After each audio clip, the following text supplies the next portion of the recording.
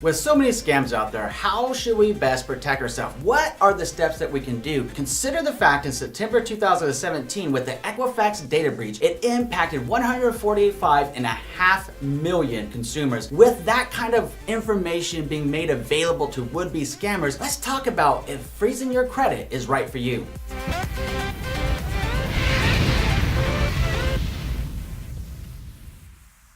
My name is Andrew Finney, and my passion is helping you make sense of real estate. If you need help finding a top agent where you live, or if you simply want to drop me a line to say hello, my contact info is below. If you're new here, please go ahead and subscribe to this channel now and like this video. Thank you. All right, my friend, let's take a closer look at this and the realities of how this impacts you. The first thing to understand is why you should care to begin with. With so much information that is lost through a data breach, it is scary. Consider the fact that it's your name, your full legal name is out there, your address, the very place that you reside in, it's your kingdom, and the place that you go to call home and feel safe is at jeopardy. It's your bank account information, it's your social security information. With that kind of information, those are the factors that go into identity theft. Those are the things that you hear about in the news or that you read about online where somebody has lost all their money due to an identity theft situation, and now they're trying to figure out how they're gonna rebuild their life when their money is gone. This is why you should care and figure out whether freezing your credit is right for you. So what exactly is a credit freeze and what should you know about it moving forward? First of all, a credit freeze is also sometimes called a security freeze. When you freeze your credit reports correctly, what it essentially does is it takes your information out of circulation from loan officers. So this can have both pros and cons. Obviously the pros are with your information out of circulation, it's not available and it's not exposing your most personal information to make it easier for somebody to commit identity fraud against you. So this is where the protective measures come in. It does have to be done properly through all three major credit bureaus. When done properly, if somebody tried to apply in your name using your information, it would be a flat out denial because it'd be immediately known that it was fraudulent and it would automatically protect you. This is why so many people are opting for credit freezes, also known as a security freeze. Okay, so if that sounded good to you, how exactly do you request a credit freeze? To make this truly powerful, what you want to do is you want to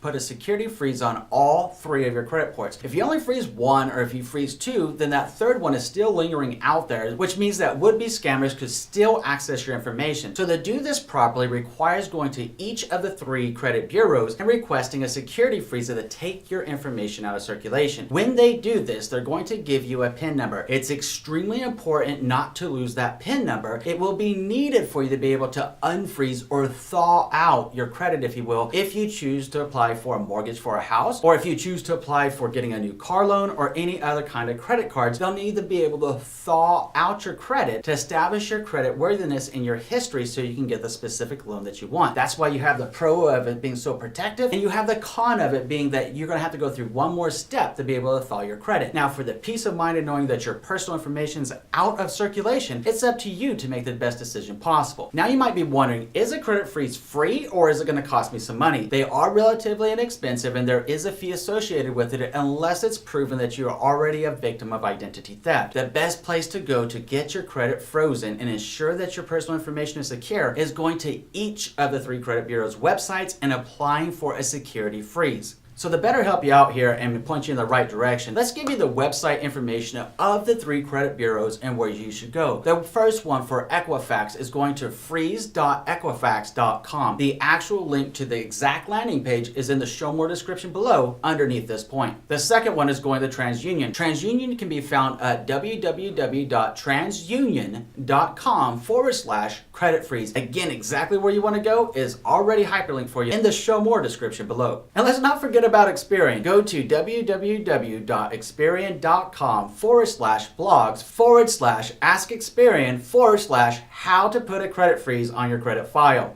Okay, so now let's talk about that elephant in the room. What happens if you do decide you're ready to buy a house again and your credit is frozen? Remember that PIN number we were referring to earlier in today's conversation? Right. It's time to break that out, and before you formally apply for a mortgage, you need to thaw out those credit reports. It's important to note that you're going to need to thaw all three of them. Not one, not two, but all three are going to be pulled and requested by the loan officer you're working with to review your mortgage options. It's that simple. Now, after you're done applying for credit, you can simply go back through the steps we just covered and refreeze your credit again until the next time that you're ready to apply for credit. Okay, so now that you know more information about how to freeze your credit, what a credit freeze is, and that we know that a credit freeze is synonymous with security freeze. Hopefully this gives you the information that you need to make a well-informed decision that's best for you. So now let's talk about the 5 signs that you're a victim of identity theft, and let's take a closer look at 3 of the most common real estate scams affecting millions of first-time homebuyers to ensure that doesn't happen to you. Looking forward to our next conversation. See you in a few.